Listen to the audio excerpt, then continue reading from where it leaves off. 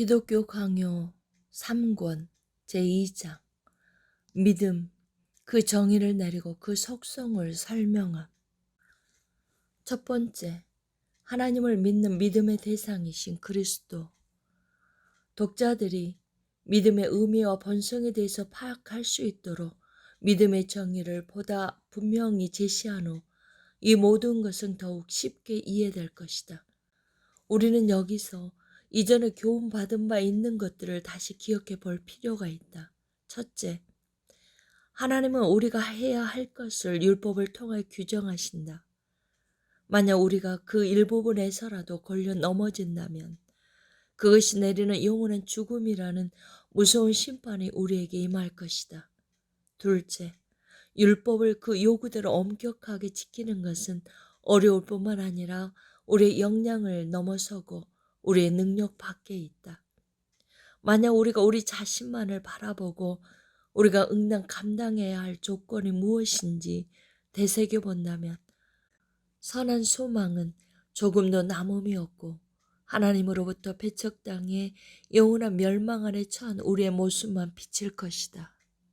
셋째, 이미 설명한 바와 같이 이렇듯 비참한 공경으로부터 우리를 건져내는 자유의 수단은 한 가지, 구속주 그리스도가 나타나심에 있다.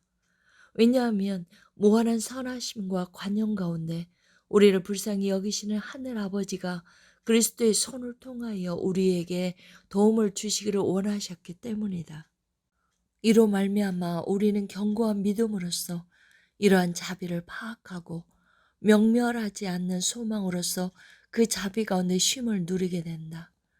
이제 우리는 이 믿음이 어떠해야 하는지를 고찰할 필요가 있다. 믿음을 통하여 하나님에 의해서 자녀로 삼아진 자는 누구든지 천국을 소유한다. 분명한 것은 어떤 견해 혹은 심지어 어떤 가마가 있더라도 이렇게 대단한 일이 효과적으로 일어나게 할 수는 없다는 사실이다. 우리는 가능한 한 주의와 열심을 다하여 믿음의 속성에 대해서 깊이 살피고 탐구해야 한다. 오늘날 많은 사람들이 이에 대해서 위험에 이를 정도로 기만을 당하고 있다. 실로 많은 수의 세상 사람들이 믿음이라는 말을 듣게 될 때 우리가 다른 곳에서 언급했듯이 그들은 통상 복음의 역사로 받아들여지는 것 이상을 생각하려고 들지 않는다. 심지어 스콜라 학파 가운데에서 이것이 논의될 때에도 그들은 단순히 하나님을 그 대상이라고 부르면서 헛된 사색에 빠져 불쌍한 영혼들을 그 목적으로 이끌기는커녕 오히려 다른 길로 빗나가게끔 낚아챈다. 하나님은 가까이 가지 못할 빛에 거하심으로 필히 중간에 계신 그리스도가 나타나셔야 한다. 그는 자신을 세상의 빛이라고 부르신다. 다른 곳에서는 자기가 길이요 진리요 생명이시므로 자기로 말미암지 않고는 아무도 생명의 원천이신 아버지께로 올 자가 없다고 말씀하신다. 이는 오직 그만의 아버지를 하시고 그가 아버지를 드러내기를 원하신 바 된 성도들만이 아버지를 알기 때문이다. 이러한 이유로 바울은 그리스도 외에는 어떤 것도 더 알 가치가 있는 것으로 여기지 않는다고 주장한다. 그는 사도행전 20장에서 자기가 그리스도께 대한 믿음을 선포했다고 전한다. 그리고 다른 곳에서는 다음과 같이 말씀하고 계시는 그리스도를 소개한다. 내가 너를 이방인 가운데 보내어 그들의 죄사함과 나를 믿어 거룩하게 된 무리 가운데 기업을 얻게 하리라. 그리고 그리스도의 인격 가운데 하나님의 영광이 가시적이 되고 이에 비견하리만큼 하나님의 영광을 아는 지식의 조명이 그의 얼굴 안에서 찬란하다고 증언한다. 믿음이 한 분 하나님을 바라본다는 것은 말할 나위도 없는 사실이다. 그러나 이에 그가 보내신 자 예수 그리스도를 아는 것이 더하여져야 한다. 그리스도의 광채가 우리 위에 빛나지 않는다면 하나님을 아주 멀리 숨어 계신 채로 남으실 것이기 때문이다. 이러한 목적에서 아버지는 자기가 가지신 모든 것을 독생자 가운데 두셔서 그 안에서 자기를 드러내고자 하셨다. 그리하여 아들이 아버지와 함께 선한 것들을 나눔으로써 아들의 광채가 아버지의 영광의 참 형상을 표현하게끔 되었다. 앞에서 말했듯이 우리는 성령에 이끌려 그리스도를 찾도록 일깨움을 받아야 하는 한편, 오직 그리스도의 형상 가운데 보이지 않는 하나님이 추구되어야 한다는 성령의 권고를 받아야 한다. 아우구스티누스는 이 사안을 탁월하게 다루고 있다. 그는 믿음의 목적을 논의하면서 우리에게는 믿음의 목적지가 어디이며 믿음에 이르는 방법이 무엇인지를 아는 지식이 있어야 한다고 가르친 후 곧 이어서 모든 오류에 맞서는 가장 잘 무장된 길은 동일하신 분으로서 하나님이시자 사람이신 분이라는 결론에 이른다. 즉, 그는 하나님으로서 우리가 그리로 방향을 정해야 할 목적지가 되시며 사람으로서 우리가 어떻게 그곳에 나아가야 하는지 그 방법이 되시는 분이라는 것이다. 이 둘 모두는 오직 그리스도 안에서만 발견된다. 실상 바울이 하나님을 향한 믿음을 선포할 때 그에게는 자기가 믿음에 대해서 그렇게 자주 강조하는 그 모든 견고함이 그리스도께 있다는 사실을 번복하려는 의도는 없다. 진정 베드로는 그리스도로 말미암아 우리가 하나님을 믿는다고 말하면서 이 둘을 가장 적절히 연결시키고 있다. 두 번째, 무지가 아니라 지식에 자리하는 믿음.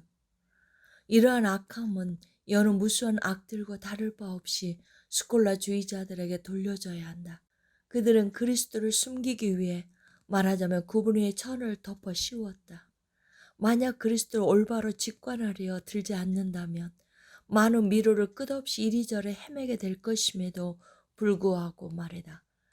설상가상으로 그들은 자기들의 모호한 정의로 믿음의 모든 의미를 제거하고 거의 걷어내다시피 하면서 불명확한 믿음이라는 허구를 창안했다. 그들은 이 이름을 가지고 가장 우매한 자기들의 무지를 치장하고 그 가운데 불쌍한 일반 사람들을 속여 큰 파멸에 이르게 한다. 이 사안을 좀 더 참되고 명확하게 부연해서 말하자면 이 허구는 참 믿음을 파묻을 뿐만 아니라 완전히 파괴한다. 만약 당신이 아무것도 이해함 없이 오로지 교회를 향한 순종적 감정만을 가지고 있다고 해서 이것을 두고 믿는다고 할 수 있겠는가? 믿음은 무지가 아니라 지식에 자리한다. 이는 하나님을 아는 지식뿐만 아니라 신적 의지를 아는 지식을 아우린다. 우리가 구원에 이르게 되는 것은 우리를 잘 준비시켜 교회가 규정하는 것은 무엇이든지 참되다고 표현하거나 진리를 찾고 아는 소임을 교회에 넘기거나 해서가 아니라 진정 하나님은 아들을 통하여 화목을 이루시고 우리에게 호의를 베푸시는 아버지시라는 사실과 그리스도는 의, 거룩, 생명으로서 우리에게 주어지신 분이시라는 사실을 아는 데 있다. 내가 말하고자 하는 것은 우리는 우리의 감정을 쏟아서가 아니라 이 지식으로서 천국에 들어가는 문을 확보하게 된다는 사실이다. 사도는 마음으로 믿어 의에 이르고 입으로 시인하여 구원에 이르느니라 라고 전할 때 만약 누군가 자기가 이해하지 못하고 있는 것이나 심지어 자기가 찾지도 않고 있는 것을 불명확하게 믿고 있다면 그 믿음은 충분하지 않다는 사실을 지적하는 한편 우리의 의가 자리하고 있는 신적 선하심에 대한 명확한 인식을 요구하고 있다.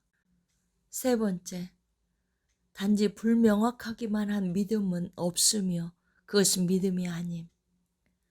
실로 우리를 둘러싸고 있는 것은 무지인데 지금 우리에게 불명확한 것 대부분은 우리가 육체 무거운 것에서 벗어나 하나님의 현존회로 나아갈 미래 어느 때까지 그러할 것이라는 사실을 나는 부인하지 않는다. 이와 관련해서 우리가 할 수 있는 최선은 판단을 요야하고 마음을 다하여 교회와의 하나됨을 지켜가는 것이다. 그러나 이를 구실로 겸손을 가장한 무지를 믿음이라는 이름으로 새기고자 하는 것은 더없이 불합리하다. 왜냐하면 믿음은 교회에 대한 경외가 아니라 하나님과 그리스도에 대한 지식에 놓여있기 때문이다. 우리는 스콜라주의자들 자신의 불명확성에 의해서 조장된 이런 미로가 어떠한 일을 지켜보고 있다. 배우지 못한 사람들은 그들에게 현혹되어 무엇이든 교회라는 명목하에 규정되기만 하면 심지어 극악한 오류일지라도 그것을 마치 포고된 말씀이라도 되는 양 사리 분별 없이 취해버린다. 이러한 무모한 편의성에 뒤따르는 긴박한 파멸이 마치 그린 듯이 바로 앞에 보임에도 불구하고 여전히 스콜라주의자들은 이를 무기로 삼아 자기들의 입장을 변명하고 있다. 그들은 어떠한 것도 분명히 믿지 않고 언제나 교회의 믿음이 여차여차하다라는 조건을 단다. 곧 그들은 오류 가운데 진리가, 어둠 가운데 빛이, 무지 가운데 올바른 지식이 보유된다는 환상에 빠져 있다. 그러나 이러한 것들에 대한 더 이상의 논의를 개념치 말자. 우리에게는 그저 독자가 이런 것들과 우리의 것들을 비교해 보게끔 권고하는 것이 족하다. 왜냐하면 진리의 명료함 그 자체로서 충분히 숙련된 논박을 그들에게 가할 수 있을 것이기 때문이다. 그들은 자기들에게 많은 무지가 남아있음에도 불구하고 자기들이 말하는 불명확한 믿음이 과연 존재할 수 있는지에 대해서는 질문을 던지지 않고 알려지지 않은 것들에 대한 교회의 권위와 판단에 동의하기만 한다면 자기들의 무지 속에 갇혀 무감각하게 지내거나 심지어 그 무지를 자랑하거나 하는 것이 잘 믿는 것이라고 정의한다. 이해가 믿음과 결합되어 있다는 성경 도처의 가르침이 마치 그렇지 않기라도 하듯이 말이다. 네 번째, 불명확하나 지식이 없지 않은 참된 믿음. 그렇다고 해서 우리가 세상을 나그네로 살아가는 동안에 불명확한 믿음과 같은 것이 존재한다는 것을 인정하지 않는 것은 아니다. 왜냐하면 여전히 많은 것들이 감춰져 있을 뿐만 아니라 우리 자신도 오류의 구름에 가려져 있어 우리는 이 땅에서 모든 것을 다 이해할 수 없기 때문이다. 가장 완전한 사람들이 지니고 있는 최고의 지혜조차도 앞으로 나아가는 것과 평온하고 가르침 받을 만한 마음을 가지고 더 나아지는 것에서만 찾을 수 있다. 그러므로 바울은 신자들이 어떤 문제로 다른 사람들과 의견을 달리할 때 계시를 바라고 기다려야 한다고 권고한다. 경험이 우리에게 가르치는 바, 우리가 육신을 벗을 때까지 우리가 원하는 것보다 적게 얻는다. 우리는 매일 성경을 읽을 때마다 우리의 무지를 증명하는 많은 본문을 만나게 된다. 하나님은 이 재갈을 먹여 우리가 겸비함 가운데 머물도록 하시고 우리 각자에게 각자의 믿음의 분량을 할당하셔서 최고의 교사가 누구이든지 간에 심지어 그도 배울 준비를 하게 하신다. 그리스도의 제자들이 완전한 조명을 받기 전에 그들 가운데서 이 불명확한 믿음에 대한 현장 사례들이 주목할 만하게 발견된다. 우리는 그들이 심지어 근본적인 것들을 맛보는 데에도 얼마나 큰 어려움을 당하고 사소한 문제들을 머뭇거리며 스승의 말에 귀를 기울이면서도 거의 진보를 이루지 못하고 있음을 보게 된다. 그들은 심지어 여자들의 권고로도 무덤으로 달려가게 되지만 스승의 부활은 마치 꿈처럼 여긴다. 그 전에도 그리스도가 그들의 믿음을 증언하심을 볼 때 그들에게 믿음이 완전히 결여되었다고 말하는 것은 그릇되다. 그뿐 아니라 만약 그들이 그리스도가 부활하실 것이라는 사실에 대해 감화되지 않았었다면 그들의 모든 열의는 소멸되고 말았을 것이다. 게다가 더 이상 어떤 생명의 소망도 없는 죽은 사람의 시체에 향유를 바르도록 그 여자들을 이끈 것은 미신이 아니었다. 그러나 비록 그들이 그리스도의 진실하심을 알므로 그의 말씀에 대한 믿음을 가지고 있었다고 하더라도 그들의 마음을 여전히 차지하고 있었던 무지가 그들의 믿음을 어두움으로 휘감아서 그들을 거의 혼절하게 만들었다. 그리하여 그들은 그리스도가 하신 말씀의 진리가 그의 부활 사건으로 말미암아 명백해졌을 때 비로소 그것을 믿게 되었다고 일컬어진다. 이는 그때 그들은 믿기 시작하였기 때문이 아니라 그들의 마음속에 죽은 듯이 방불하게 있었던 감춰진 믿음의 씨앗이 비로소 힘을 부여받아 터져 나왔기 때문이다. 진정 그들 안에는 참되거나 불명확한 믿음이 있었다. 우리가 보듯이 그들은 경외하는 마음을 가지고 그리스도를 유일하신 교사로 영접했고 그로부터 가르침을 받고 그를 자기들을 위한 구원의 조성자로 확실히 받아들였으며 마침내 그가 아버지의 은혜로 말미암아 하늘로부터 오셔서 자기의 제자들을 그곳으로 모으실 것이라고 믿었다. 모름지기 믿음의 이러한 측면에 대하여 각자에게 있어서 불신앙이 항상 믿음과 섞여 있다는 사실보다 더 익숙하게 와닿는 증거는 어디에도 없기에 우리는 이를 다른 곳에서 찾으려고 해서는 안 된다. 다섯 번째, 단지 믿음의 준비에 불과한 듯 하나 지식이 없지 않은 참된 믿음. 우리는 속성상 본래 믿음의 준비에 불과한 것일지라도 불명확한 믿음이라고 부를 수 있을 것이다. 복음서 기자들은 기적에만 마음을 빼앗겨 그것을 경탄하는 데 그치고 그리스도가 약속된 메시아이심을 믿는 이상으로는 나아가지 못한 많은 사람들도 아직 그들의 복음의 가르침에 젖어들지는 않았을지라도 믿었다고 전한다. 그들을 사로잡아 그들의 기꺼이 그들 자신을 그리스도께 맡기도록 한 이러한 경위가 단지 믿음의 시작에 불과했음에도 불구하고 믿음이라는 칭호로 존귀하게 여겨진다. 자기 아들을 고쳐주시겠다는 그리스도의 약속을 믿었던 왕의 신하는 집으로 돌아가서 복음서 기자가 증언하듯이 새롭게 믿었다. 처음에는 그리스도의 입으로부터 들은 것을 하나님이 하시는 말씀과 같이 여겼으며 나중에는 그리스도의 가르침을 받아들이기 위하여 그의 권위에 자기를 맡겼다. 우리가 알 것은 그 신하가 얼마나 가르침 받을 만하고 배움을 위한 준비가 잘 되어 있었는지 믿는다는 말로써 첫 번째 본문에서는 그의 특별한 믿음이 지시된 데 비해서 두 번째 본문에서는 그가 자기들 자신을 들여 그리스도와 함께했던 제자들 가운데 하나로 헤아려지게 되었다는 사실이다. 요한은 유사한 예를 제시한다. 즉 사마리아인들이 한 여자의 말을 믿고 열렬히 그리스도께 달려와 그에게서 듣고 난 후에는 다음과 같이 그 여자에게 말한 일이다. 이제 우리가 믿는 것은 너의 말로 인함이 아니니 이는 우리가 친히 듣고 그가 참으로 세상의 구주신 줄 알미라. 이 경우에서 보듯이 아직 믿음의 주요한 요소들에 젖어들지는 않았으나 그것들에 복종하려는 마음을 지닌 사람들도 신자들이라고 불린다.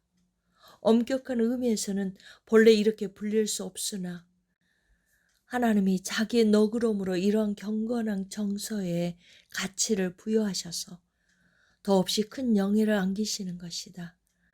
이러한 가르침 받을 만함은 더 나아지고자 하는 열망과 함께하기에 게으른 자들의 교황주의자들에 의해서 고안된 불명확한 믿음에 만족하면서 헤어나오지 못하는 그 우둔한 무지와는 전혀 다르다.